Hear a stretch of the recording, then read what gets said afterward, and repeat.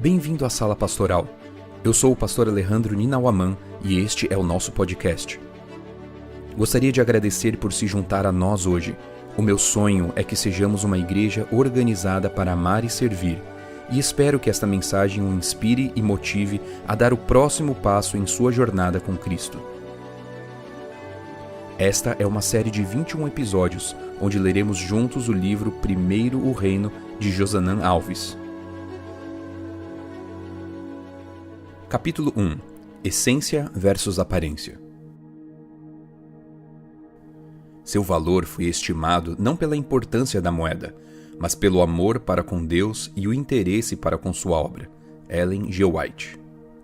Em um mundo no qual o dinheiro é mais valorizado que os sentimentos, a aparência também acaba sendo mais importante que a essência. Roberto Chiniachiki. Imagine-se no tempo de Jesus, indo levar uma oferta ao templo. A gloriosa construção com toda a beleza e história era capaz de impressionar cada adorador, mesmo os que já haviam feito esse trajeto diversas vezes. Antes de ter acesso ao templo, você teria que se dirigir aos tanques de purificação na parte externa do templo e lavar-se neles para em seguida atravessar todo o pátio dos gentios e entrar pela porta formosa que dava acesso ao pátio das mulheres judias. Esse pátio era o lugar em que as mulheres e homens poderiam ficar, mas nesse lugar também ficavam 13 receptáculos de bronze, uma espécie de cofre ou gasofilácio, em forma de trombeta, onde os adoradores poderiam colocar sua contribuição para o funcionamento do templo. Cada receptáculo estava marcado com letras do alfabeto hebraico, para que as pessoas pudessem saber especificamente a que uso se destinava o dinheiro.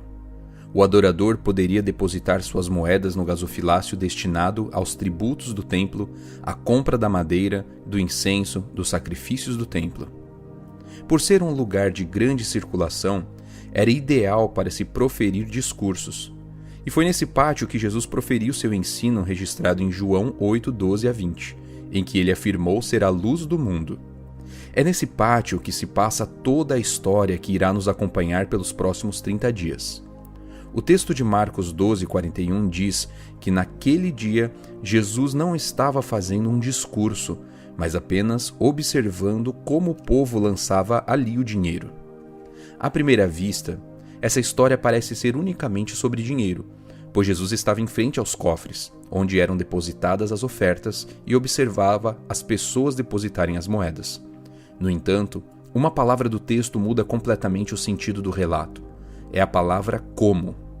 Ela nos ajuda a entender que o que estava sendo observado naquele momento não era a aparência, e sim a essência de ser cristão.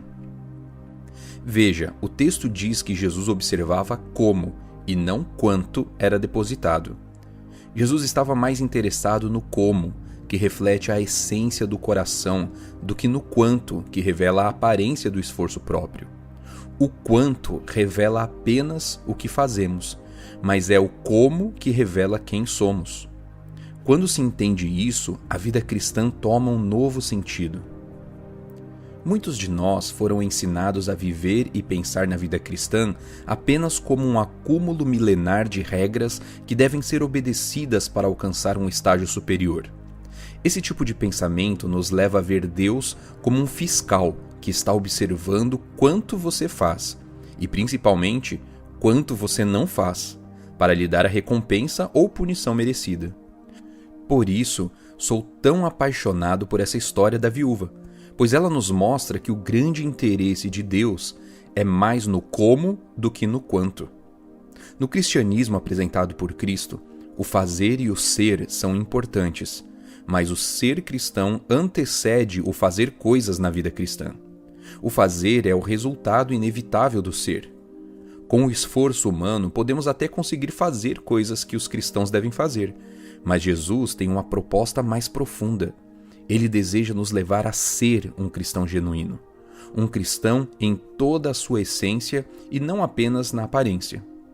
Precisamos entender uma grande verdade. O inimigo não queria que você fosse um cristão, mas já que você é, ele tenta levá-lo a olhar apenas para o quanto você faz ou o quanto se deve fazer. Um dos objetivos deste livro é levar-nos a pensar que o ideal de Cristo para a nossa vida é transformar o que somos para modificar o que fazemos. Para Satanás, o importante é que você olhe apenas para os sábados que guarda, quanto de dízimos e ofertas você entrega, quanto você ajuda o próximo. O propósito de Cristo é levar você a pensar em como guardar o sábado, como devolver os dízimos e ofertas e como ajudar o próximo. Ele deseja ver quais sentimentos dirigem suas ações de fidelidade. Permita-me explicar isso com uma história pessoal.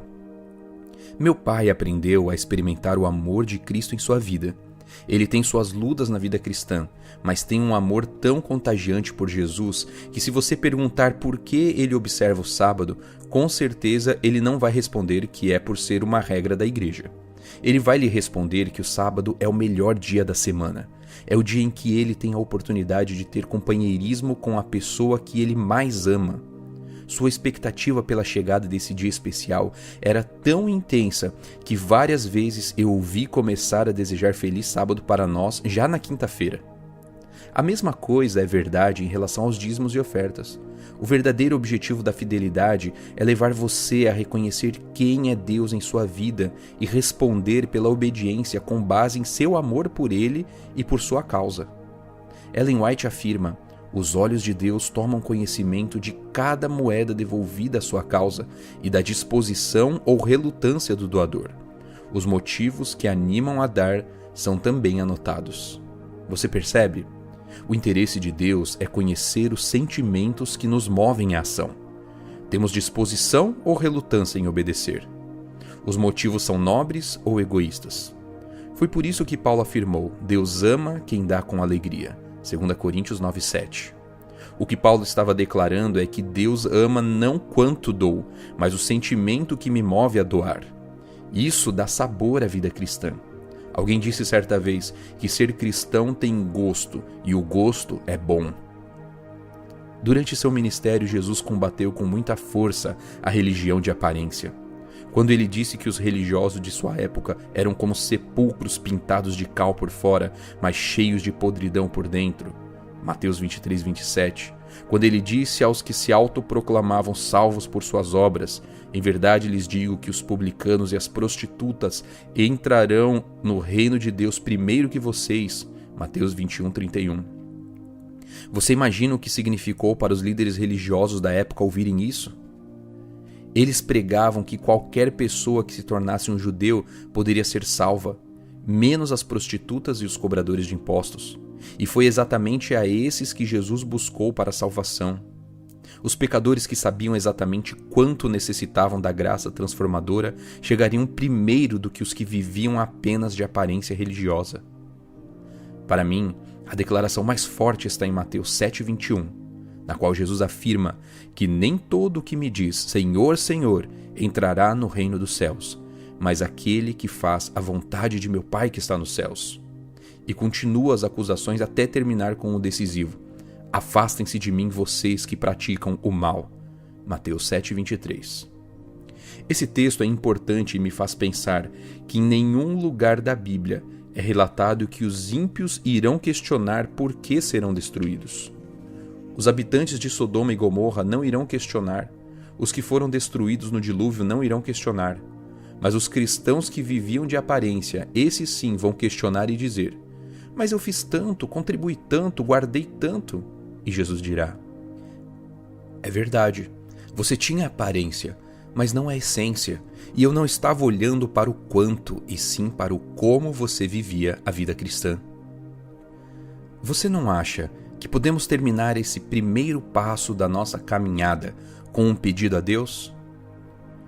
Escreva nas linhas abaixo um pedido de perdão ao Senhor por viver uma vida mais preocupada com a aparência do que com a essência do cristianismo.